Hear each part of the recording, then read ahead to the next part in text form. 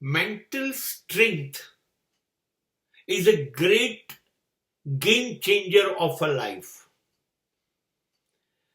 મનની શક્તિ છે ને અદ્ભુત છે. એ તમારી જિંદગીને બિલકુલ બદલી નાખે. મન એટલે માઇન્ડ, અને મન સીધું જોડાયેલું છે તમારી બુદ્ધિ સાથે. આ સમાજની અંદર સફળ થવા માટે માત્ર બુદ્ધિની જરૂર છે. And buddhi that only mind can provide you. You must be intelligent. You must use your mind. You must have logic, reasoning every moment. સમાજ આ છે. જ્યારે માણસ દરિયાના તળિયે પહોંચી ગયો અને શ્રેષ્ઠ ઊંચાઈ પહાડોની અડી ચૂક્યો, અને પછી જુઓ માણસ ક્યાં છે. માણસ કે છે હવે મને આકાશ ચીરીને ચંદ્ર ઉપર જવું છે, મંગળ પર જવું છે. ઈસરો અત્યારે સૂર્યની નજીક જવાના પ્રયત્નો કરી રહ્યું છે.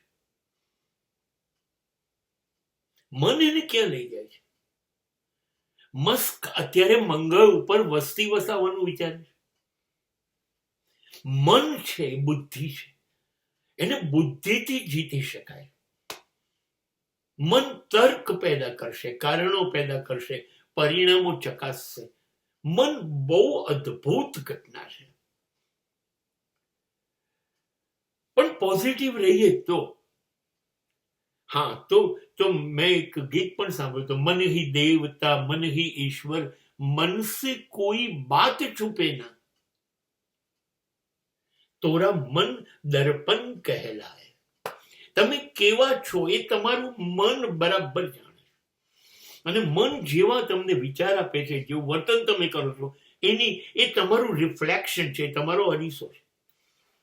તમારા વિચારો ઉપરથી, તમારા વર્તન ઉપરથી સમાજ તમારી ઓળખાણ કરી લે. આ મનના ફાયદા છે. સચે સચ જેટલું ચોખ્ખું મન, હું બહુ ઈમાનદારીથી કહું છું કે મન ચોખ્ખું રાખો, શરીર નહીં. શરીર જરૂરી છે. ગંદકી સરસ કોઈ જગ્યાએ ના હોય શકે, પણ ખાલી શરીર ચોખ્ખું જ રાખવું અને મનનું ધ્યાન ના આપવું એ પાપ છે. શરીર શુદ્ધિથી કઈ ના થાય. દિવસમાં 3 વાર નાહવાથી કઈ નહીં થાય. અરે એમ તો 24 કલાક માછલીઓ અને કાચબા નાયા કરે છે, અને પણ ગંગામાં.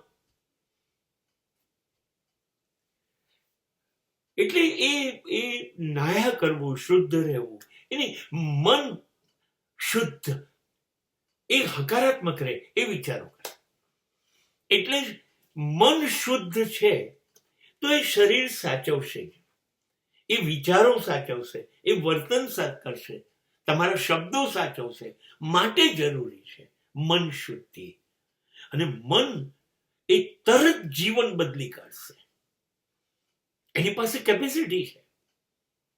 એ તમને સાધુ પણ બનાવે ને શૈતાન પણ બનાવે, શૈતાનમાંથી સાધુ અને સાધુમાંથી શૈતાન બનાવે. એ તમને જીવમાંથી શિવ બનાવે. પણ એ બધા જે આસ્પેક્ટ છે એ નક્કી મન કરશે. So mind is a life changer. જીવન બદલી શકે છે.